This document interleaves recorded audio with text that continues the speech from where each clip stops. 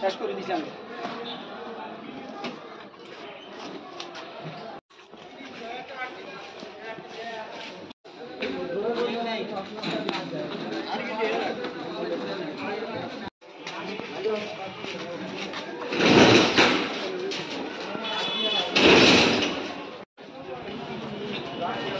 খালি কোনো মুখে যায় না, পুরোটা খাল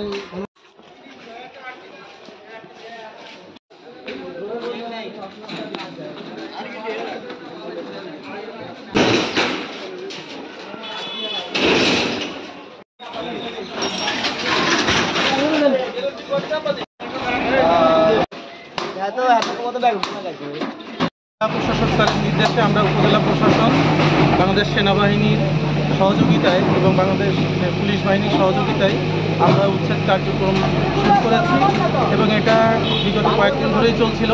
কারণ যে নোয়াখালী জেলাতেই সেনবাগও ব্যতিক্রম নয় যে জলাবদ্ধতার বিষয়টা, এবং যে সরকারি খালগুলো আছে সেই খালগুলো অবৈধভাবে এই যে বিভিন্ন ধরনের মার্কেট, ভবন, বাঁধ ইত্যাদি বিভিন্নভাবে অবৈধভাবে দখল করে পানির স্বাভাবিক যে প্রবাহ সেটা নষ্ট করা হয়েছে।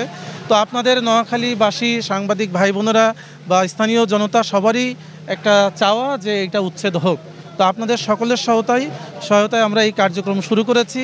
তারই আওতায় আজকে হাজিরহাট যে বাজারে আমাদের সহকারী কমিশনার ভূমিও আছে, তারই নেতৃত্বে আমাদের সেনাবাহিনীর ক্যাপ্টেন সাহেব আছেন, তাদের সহযোগিতায় এই কার্যক্রম চলছে। আমরা প্রায় আজকেই 40টা স্থায়ী যে অবকাঠামো, পাকা দোকান সহ বিভিন্ন স্থাপনা, সেগুলো উচ্ছেদের কার্যক্রম হাতে নিয়েছি এবং আপনারা দেখছেন কার্যক্রম চলমান আছে।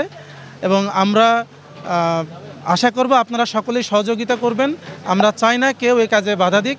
আমরা বৃহত্তর স্বার্থে স্থানীয় জনগণের সুবিধার্থে এই কার্যক্রমগুলো পরিচালনা করছি। সুতরাং সবাই পাশে থাকবেন।